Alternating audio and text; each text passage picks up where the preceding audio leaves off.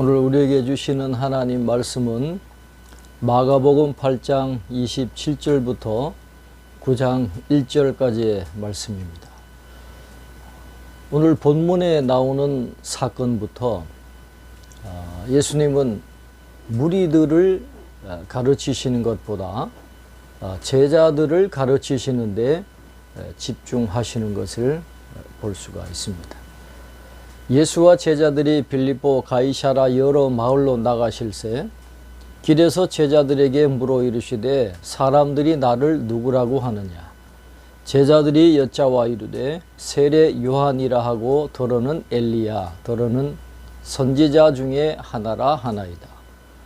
또 물으시되 너희는 나를 누구라 하느냐. 베드로가 대답하여 이르되 주는 그리스도 신이다 하매 했습니다. 예루살렘으로의 여행은 팔레스타인의 최북단에 위치한 가이사랴 빌립보에서 시작됩니다.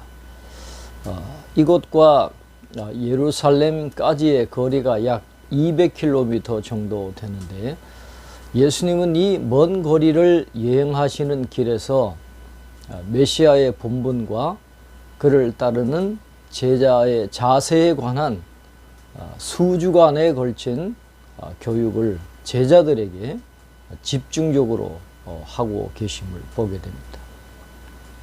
지금까지 제자들은 수많은 기적을 보았으면서도 예수님이 누구신가를 깨닫지를 못했었습니다. 그런데 우상을 숭배하는 신전이 있었던 도시였던 이 가이사랴 빌립보에서 드디어 베드로가 예수님께 고백합니다. 주는 그리스도 신이다. 그러나 예수님은 베드로의 이 대답에 아무런 확인도 해 주시지 않고 오히려 자신의 신분을 아무에게도 말하지 말라 경고하시는 것을 보게 됩니다. 이것을 공개적으로 확인해 주면 예수님께서 십자가를 지셔야 되는데 그 과정이 방해를 받을 수 있기 때문에 아직은 공개적으로 이야기하지 말라고 하는 그 말씀을 제자들에게 하고 있습니다. 그러나 앞으로의 예수님의 가르침들은 자신이 그리스도, 자신이 메시아라고 하는 사실을 전제하고 주어질 것임을 마가는 여기에서 암시해 주고 있다고 하겠습니다. 이에 자기 일을 아무에게도 말하지 말라 경고하시고 인자가 많은 고난을 받고 장로들과 대제사장들과 서기관들에게 버림받아 죽임을 당하고 사흘 만에 살아나야 할 것을 비로소 그들에게 가르치시되 그랬습니다. 마가복음의 이 단락에서 주제는 메시아가 받아야 할 순환이라고 하는 주제가 두드러지게 등장하고 있습니다. 예수님은 자신이 받아야 할 순환에 대해서 두 번, 세 번씩이나 반복적으로 말씀하시는데 세 번의 예고 각 경우마다 바로 뒤이어서 제자들의 반응이 따라 나오는 것을 보게 됩니다. 물론 그런 반응들은 제자들이 예수님의 말씀을 제대로 이해하지 못했던 것을 드러내주고 있음을 보게 됩니다.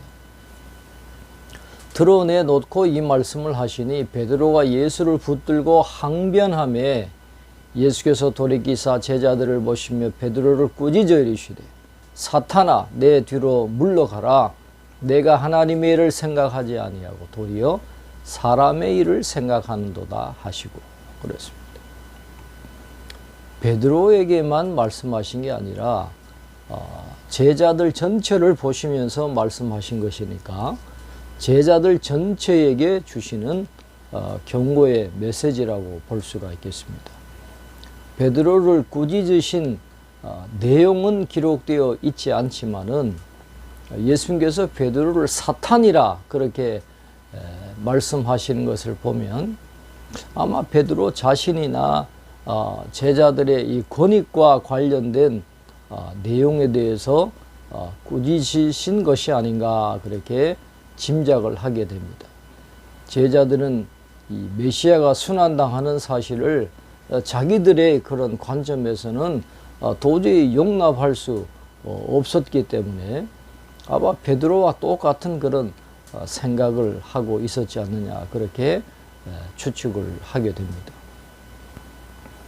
무리와 제자들을 불러 이르시되 누구든지 나를 따라오려거든 자기를 부인하고 자기 십자가를 지고 나를 따를 것이니라. 누구든지 자기 목숨을 구원하고자 하면 잃을 것이요 누구든지 나와 복음을 위하여 자기 목숨을 잃으면 구원하리라. 사람이 만일 온 천하를 얻고도 자기 목숨을 잃으면 무엇이 유익하리요?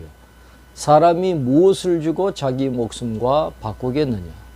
누구든지 이 음란하고 죄 많은 세대에서 나와 내 말을 부끄러워하면 인자도 아버지의 영광으로 거룩한 천사들과 함께 올 때에 그 사람을 부끄러워하리라.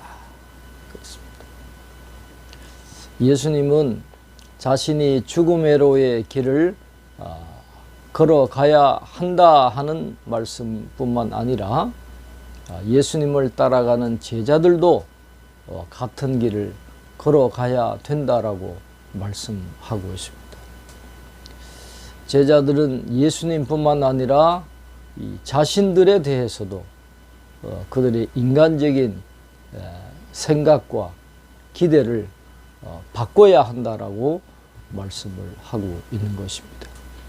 그들이 궁극적으로 기대하는 영생과 이 권능으로 임하는 하나님의 나라는 메시아의 죽음의 길을 가로막아서 확보되는 것이 아니라 오히려 그 죽음의 길에 동참함으로써만이 주어지는 것이라고 말씀을 하시면서 예수님을 따른다라고 하는 것은 십자가를 지고 자기 목숨을 잃는 것과도 같은 그런 대가를 치루어야 된다라고 하는 사실을 제자들에게 분명하게 말씀을 하고 있습니다.